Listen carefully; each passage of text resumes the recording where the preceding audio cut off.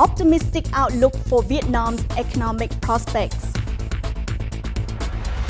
And in our crosstalk, Vietnam's progress in simplifying business conditions. Hello there and welcome to another edition of BizLine here on VTV International. You're with me, Hoàng Hằng, and let's now take a look at some economic highlights over the past week.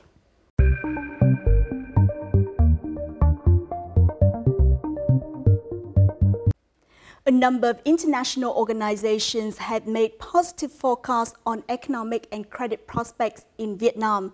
Fitch Rating noted that the financial environment in Vietnam remains attractive for foreign credit institutions, despite divestments from foreign banks in the past 2 years. Fitch forecasts that foreign banks will continue to join Vietnam's market through the establishment of 100% foreign-owned branches.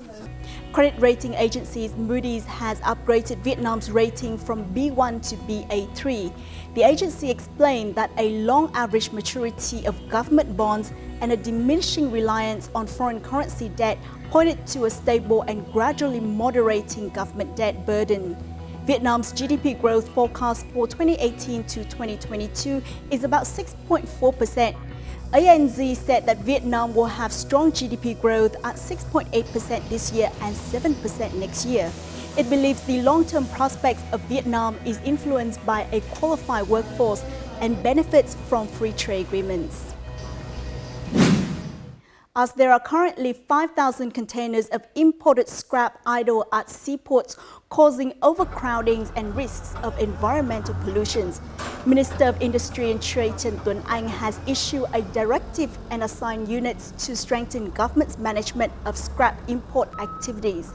The ministry has issued a circular to suspend temporary import for re-export for some types of scrap and will report to the Prime Minister on measures to strictly manage transit activities under the goods transit agreements which Vietnam signed with other countries. A delegation led by Minister of Agriculture and Rural Development Nguyễn Xuân Cường had a working session with Bình Định Province on Monday to implement some of the tasks of the Fisheries Law of 2017 and respond to the European Commission's or EC warnings against illegal fishing. Minister Nguyễn Xuân Cường asked Bình Định Province and other central coastal provinces to further promote the education of fishermen and seafood exporters about Directive 45 and Fisheries Law 2017. The fishing fleets need to be regulated and reorganized towards sustainable and responsible methods. Ship owners are requested to commit to not violating fishery laws. Functional forces shall be strengthened to inspect 100% of vessels coming in and out of the docks, while traceability needs to be ensured. An additional 2,000 tons of longans, which is equivalent to 100 containers, will be exported to China. This was announced on Tuesday by the Sơn La provincial authorities. Previously, Sông Mã district in northern Sơn La province exported 40 tons of longans to China. This is the first batch of longans to have been officially shipped to China by Cánh Đồng Vàng or Golden Farm Limited Company and Thanh Tùng Sơn La Limited Company. After several years of using advanced technology to cultivate longans according to VietGap standards, Sông Mã longans now meet the strict requirements of the export market. This year's Sông Mã longan output is estimated to be around 40,000 tons. The National Salary Council held its third meeting to discuss raising regional minimum wages in 2019 on August the 13th. After intense debate and a vote, the increased rate was set at 5.3%. The rate equals to an average of 175,000 Vietnam dong or $7.74 per month. The National Wage Council will seek the government's approval. Once the 5.3% increase rate is approved by the government, it will directly affect 19 million workers in the entire country. The rapid growth of the minimum wage fulfills 93% of the minimum living standards and is expected to meet about 96% of the minimum living standards of workers in 2019. After more than 2 years of gathering public opinion and 4 amendments, the latest draft of Decree 86 on transport business conditions had been submitted to the Prime Minister for consideration and approval. According to the draft, app-based taxis will not have to attach the light box or a fixed taxi on the roof of the car. Instead, the app-based taxi's badge should be listed to distinguish it from paper contract cars. The new draft added the concept of transport business, which means that if the business directly performs activities such as operating cars, driving and pricing, either with or without using applications, they will be considered as a transport business. If they only provide software application services to other transportation businesses, they shall be considered technology service providers. Those are some business highlights over the past week. Up next in our crosstalk, we will take a look at how far Vietnam has gone in simplifying business conditions.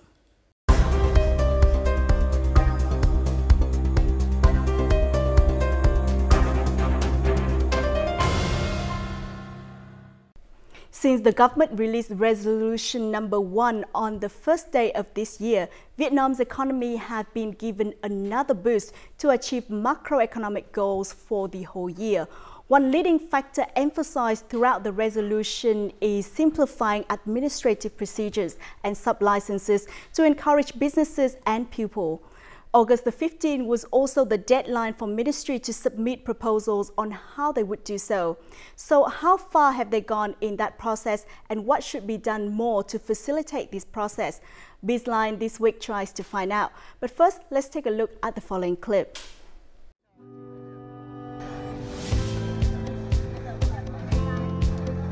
Only 15% of business and investment conditions have been cut or simplified since the start of the year, though the deadline set for ministries to submit proposals by the Prime Minister on the 15th of August has passed.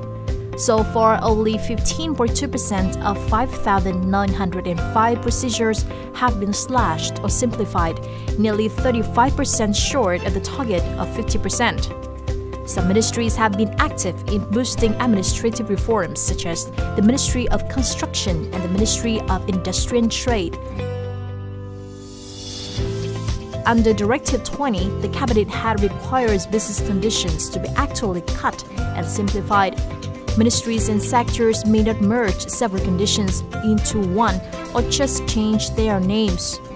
They are also required to quarterly report on any change in the number and list of goods subject to specialized inspection, as well as number of business conditions, explaining the costs for that change.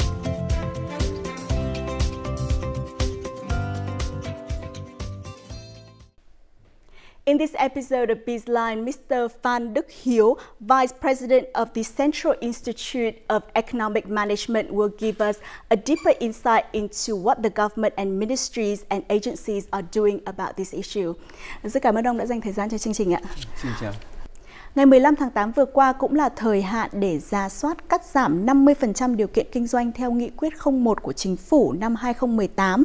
Vậy thì ông có thể đưa ra cái nhìn tổng quát về bức tranh cải cách thủ tục hành chính tính tới thời điểm hiện nay? Nhìn vào cái bức tranh tổng thể về cải cách thủ tục hành chính và nâng cao cái chất lượng của môi trường kinh doanh thì có hai cái nhiệm vụ và hai cái tạm gọi là ưu tiên cũng như hai cái trọng tâm của Chính phủ lần này.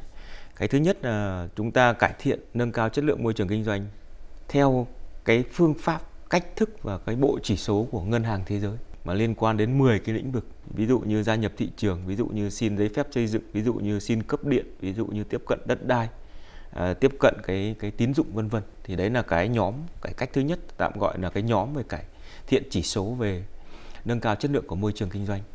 Đồng thời với việc đó thì Chính phủ cũng thực hiện một cái ưu tiên cải cách thứ hai, đó là cắt giảm các cái điều kiện kinh doanh. Có nghĩa là chúng ta bãi bỏ đi những cái quy định về điều kiện kinh doanh không hợp lý, không cần thiết mà gây cản trở đến hoạt động kinh doanh. Và ở cái nhiệm vụ này thì Chính phủ cũng đưa ra các cái chỉ tiêu cải cách cũng như các cái giải pháp, biện pháp cải cách rất là cụ thể cho với từng bộ ngành. Ví dụ như vấn đề về nâng cao chất lượng môi trường kinh doanh thì Chính phủ cũng đặt một cái mục tiêu, đó là phấn đấu cái chất lượng môi trường kinh doanh của nước ta bằng cái mức trung bình của 3 nước ASEAN như Thái Lan, Singapore và Malaysia. Và đối với cái nhiệm vụ về cắt giảm và bãi bỏ các cái điều kiện kinh doanh không hợp lý thì chính phủ cũng đưa ra con số là ít nhất bãi bỏ từ 1/3 đến 1/2 tổng số các điều kiện kinh doanh đang có hiệu lực thi hành và đang áp dụng hiện nay. Và cái ngày 15 tháng 8 là cái ngày mà đây là cái hạn mà chính phủ yêu cầu các bộ ngành có liên quan phải trình được cái dự thảo nghị định, ở trong đó đề xuất bãi bỏ các cái điều kiện kinh doanh mà tạm gọi là không hợp lý, không cần thiết theo đúng cái chỉ tiêu của chính phủ. Thì tính cho đến nay thì hiện nay chỉ có một số ít các bộ đạt được đúng cái chỉ tiêu, tức là đã có cái nghị định, dự thảo cái nghị định ở trong đó xác định cụ thể những cái điều kiện kinh doanh gì được bãi bỏ. Còn lại rất nhiều các bộ hiện nay thì mới dừng lại ở cái giai đoạn tạm gọi là giai đoạn rà soát và xây dựng phương án bãi bỏ cũng như sửa đổi các điều kiện kinh doanh. Theo ông, vướng mắc và trở ngại lớn nhất ở đây là gì ạ? Trong năm vừa rồi thì cũng đã phân tích mổ xẻ rất nhiều những cái nguyên nhân và vướng mắc trở ngại. Có thể là các bộ không tích cực, không chủ động.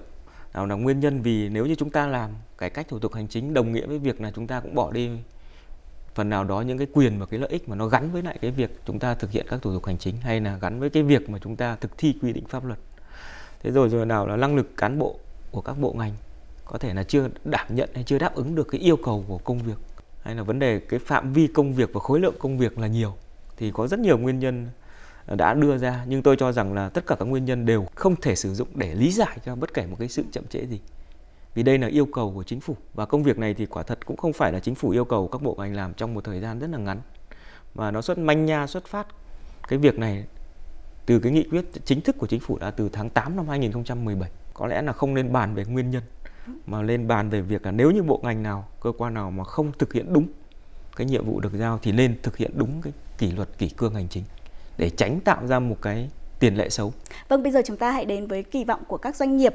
Như chúng ta đã biết thì năm 2017 là năm đột phá trong việc cải cách thủ tục hành chính ở nhiều bộ ngành. Vậy thì theo ông, kết quả này đã đáp ứng được bao nhiêu kỳ vọng của cộng đồng doanh nghiệp? Cá nhân tôi trong cái quá trình tiếp xúc với cộng đồng doanh nghiệp thì thấy rằng là thế này. Cái thứ nhất là cái tác động của cái cải thiện môi trường kinh doanh ở nước ta là có tác động tích cực đến cộng đồng doanh nghiệp. Cộng đồng doanh nghiệp cũng rất nhiều doanh nghiệp cũng cảm nhận rằng cái sự dễ dàng hơn trong việc thực hiện một số cái thủ tục hành chính. Nhưng để hỏi xem thực sự là cái kết quả cải cách đấy đã đáp ứng được, tức là thỏa mãn được cái kỳ vọng của cộng đồng xã hội hay chưa, thì rõ ràng câu trả lời ở đây là chưa.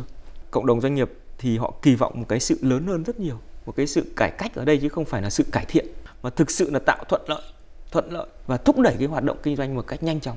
Nếu như chúng ta tiếp xúc với cộng đồng doanh nghiệp thì vấn đề mà được doanh nghiệp tạm gọi là kêu ca phàn nàn nhiều nhất có lẽ là cái tiếp cận về nguồn lực đất đai. Đó là các cái quy trình thủ tục thuê đất, xin cấp đất và để có được cái mặt bằng để thực hiện sản xuất kinh doanh. Đối với xuất nhập khẩu thì có thể nói rằng là riêng về cái thủ tục kiểm tra chuyên ngành một năm của chúng ta, nó đã tạo ra một cái phí tổn cho xã hội lên đến hàng mười mấy nghìn tỷ, nhiều triệu ngày công. Và như vậy chúng ta hình dung ra đó là chi phí kinh doanh, đương nhiên nó sẽ cộng gộp vào, nó làm gia tăng cái giá sản phẩm cũng như giá dịch vụ. Thì các cái nghiên cứu gần đây chỉ ra cho rằng, tôi lấy ví dụ như thế này, thời gian nhập khẩu và tuân thủ kiểm tra chuyên ngành thì Việt Nam mất đến 76 giờ và cao hơn cái mức trung bình của ASEAN gần 3 lần, là họ chỉ có 28 giờ thì Việt Nam để chiếm đến 76 giờ. Hay là cái thời gian để tuân thủ cái thủ tục về kiểm tra chuyên ngành cho xuất khẩu ấy, của chúng ta cũng là 50 giờ và cao gấp đôi so với mức trung bình của ASEAN, là họ chỉ mất khoảng 25 giờ. Chúng ta hình dung ra rõ ràng tất cả những câu chuyện này thì một lần nữa cũng cho thấy rằng là cái nỗ lực, cái đòi hỏi về cải cách nâng cao chất lượng môi trường kinh doanh, đặc biệt là trong một số lĩnh vực rất cụ thể.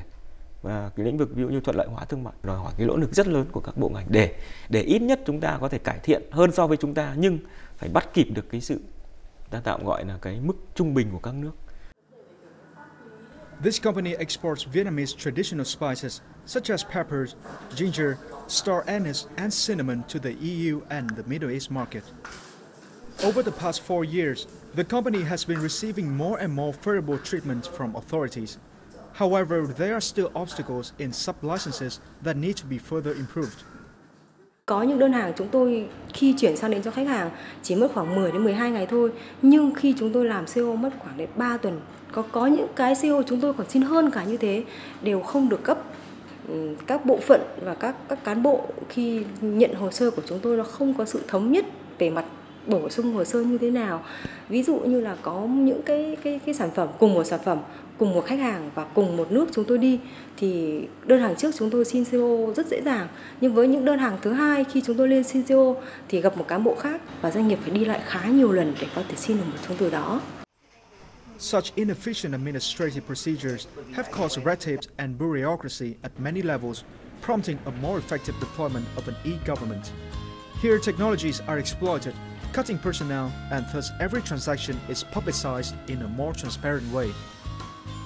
Đó là một cái ban thư ký thực sự mạnh để thúc đẩy và để hỗ trợ cho các bộ có thêm được các cái động lực phải đưa lên điện tử hóa để mà không còn sự gặp mặt giữa công chức với lại doanh nghiệp, thì cái đấy nó cũng được xem xét theo một cái góc độ là nó cũng làm chậm cái tiến trình vừa rồi. Every day, Linhan District in Hainan Province receives up to 70 dossiers processed through its e-government system. Each dossier needs 3 to 5 minutes for being uploaded onto the system and then processed. Businesses and people can keep track of the process through computers or phones. Since the application, the number of documents processed every day by the district's authority has tripled. Khi mà thực hiện cái giải quyết cái bộ thủ tục hành chính cũng như cái việc mà cái liên thông nhiều cấp thì cái việc giải quyết thủ tục hành chính nó được tốt hơn. Đối với lãnh đạo thì có thể kiểm tra được toàn bộ cái hồ sơ, tài liệu, hoặc là người dân người ta đến đăng ký cũng như là xử lý cái tài liệu của anh em chuyên viên, cán bộ chuyên môn đang làm ở vị trí nào thì chúng ta đều có thể nắm được. Hainan Province has not been alone in developing an e-government. Many localities have successfully applied technology to services like taxes, customs, and business registration. Overall, it is estimated that localities have reduced 40% of the processing time and 80% of costs in printing and paper. Các quy trình giải quyết thủ tục hành chính cho đến cái việc theo dõi các cái hệ thống giải quyết qua các cái hệ thống mạng đều được chúng tôi thực hiện. In addition, the information technology infrastructure between agencies must be synchronized, creating a legal corridor for data processing among the managing agencies on the system.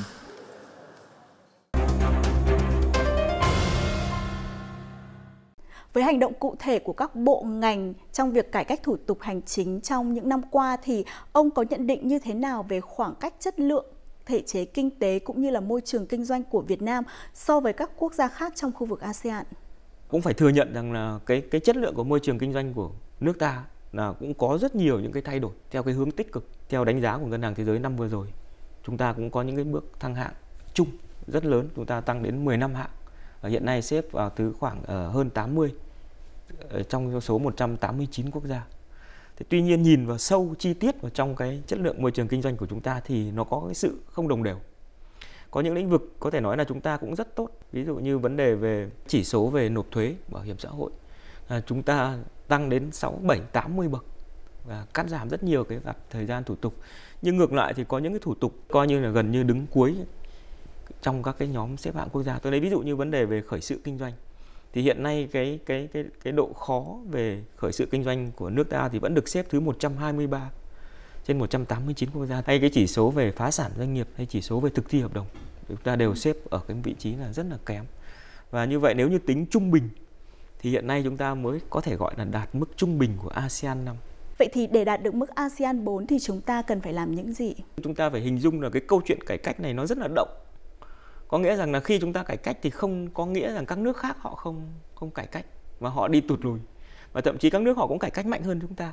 Cho nên là nếu như chúng ta, cái nỗ lực của chúng ta cũng chỉ đặt ra là bằng nỗ lực của các nước thì rõ ràng là cái câu chuyện này giống như chạy đua là chúng ta không bao giờ đuổi kịp.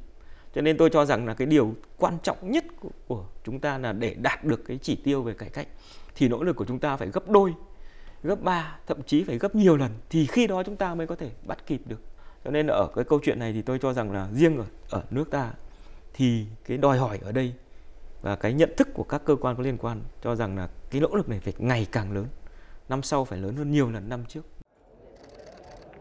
At a national online conference on the promotion of national single window and ASEAN single window, Prime Minister Nguyễn Xuân Phúc asked ministries and localities to take drastic actions in the reforming process.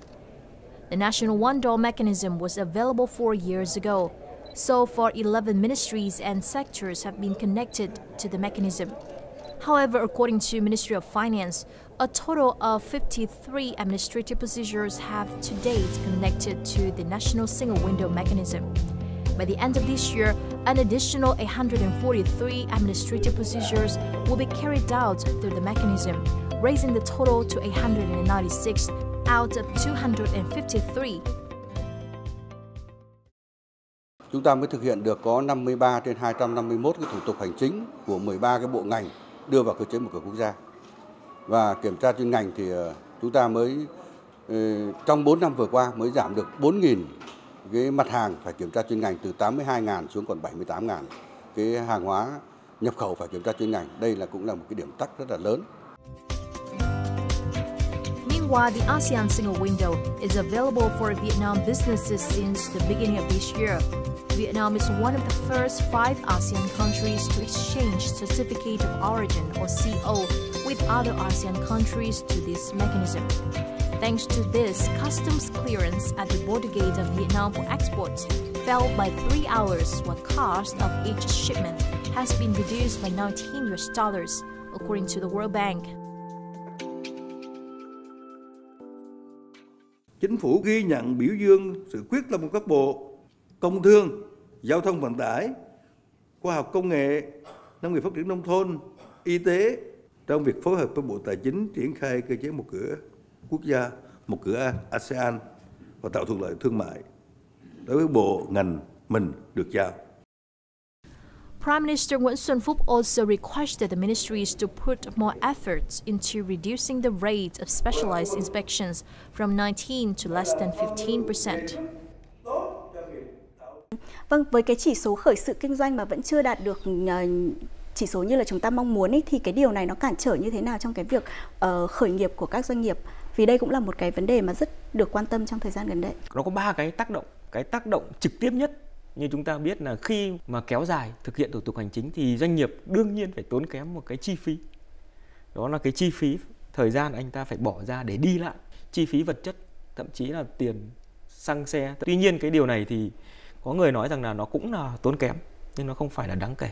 Nhưng cái tác động thứ hai chúng ta thấy rằng đôi khi nó sẽ làm mất đi một cơ hội kinh doanh của doanh nghiệp và nó tạo ra một cái sự lãng phí. Ví dụ như chúng ta đi thành lập một doanh nghiệp để đi kinh doanh, như ghi nhận của Ngân hàng Thế giới hiện nay, trong một số trường hợp chúng ta mất đến 26 ngày làm việc. Suốt cái thời gian từ lúc chúng ta có ý tưởng, từ bắt đầu chúng ta nộp hồ sơ đến khi chúng ta có thể giao dịch đối với khách hàng, nó kéo dài đến hàng tháng rồi.